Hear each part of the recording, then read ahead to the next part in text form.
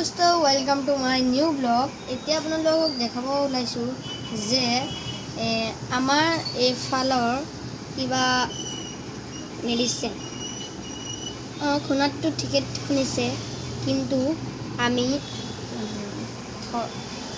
আমি ইয়াত মেডিচিন সব বিক্ৰী কৰোঁ